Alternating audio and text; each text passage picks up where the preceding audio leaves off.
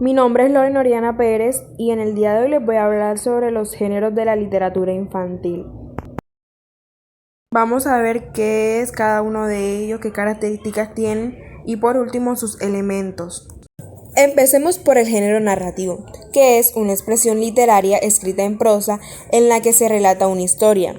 Este género está compuesto por leyendas, cuentos. Los cuentos pueden estar escritos en prosa o en verso. También encontramos la novela, los mitos y la fábula. Bueno, ahora seguimos con las características de este género narrativo. En primera instancia tenemos que las historias de esta pueden ser reales o ficticias. También consta de un narrador, que es el que cuenta la historia, y de personajes que protagonizan la historia que se está narrando. También existen personajes principales y secundarios. Bueno, y por último tenemos los elementos del género narrativo. En primera instancia tenemos al narrador, que es aquel que tiene la voz que relata los hechos, puede hacerlo en primera persona, convirtiéndose en protagonista, o en tercera persona. Luego están los personajes, que son aquellos sujetos que llevan a cabo la acción que cuenta el narrador.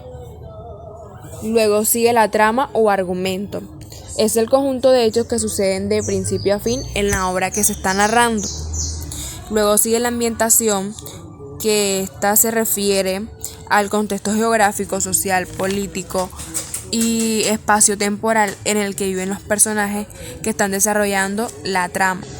Luego sigue el estilo, que señala la identidad del autor, que conforma su forma de escribir, su uso de la lengua, los recursos que utiliza, las figuras literarias, entre otros elementos.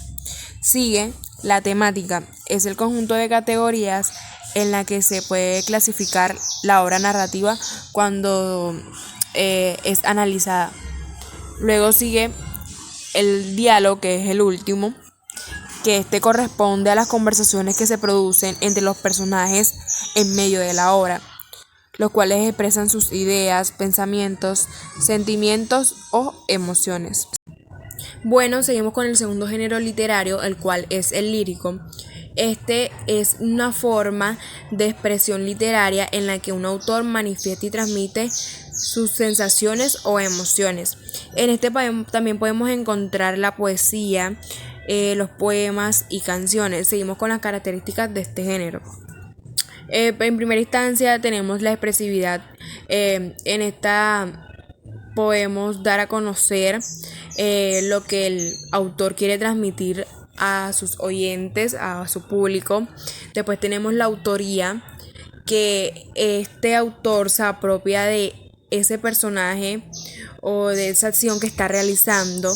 Luego seguimos con la temática, ya que en este género existen diversas temáticas en las cuales se dan a conocer muchas cosas o sensaciones o lo que el autor como tal quiera expresar. Luego seguimos con la estructura, que esta debe ser muy organizada, debe estar bien estructurada, coherente, para el momento de darla a conocer este género o aquella manifestación que queramos dar, esté bien. Bueno, y por último tenemos al género dramático, que es aquel que representa algún episodio o conflicto de la vida de los seres humanos. Ya pueden ser una tragedia, una comedia o un drama.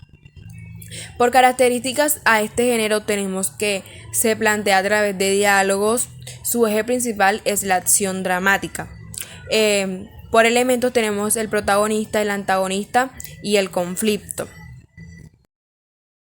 Bueno, en primera instancia tenemos aquí el protagonista, como ya lo había dicho. Se caracteriza por ser el personaje principal. En torno a se desarrollan los sucesos. Por lo general siempre se presenta un conflicto. Luego sigue el antagonista, que es el segundo personaje más relevante en la obra.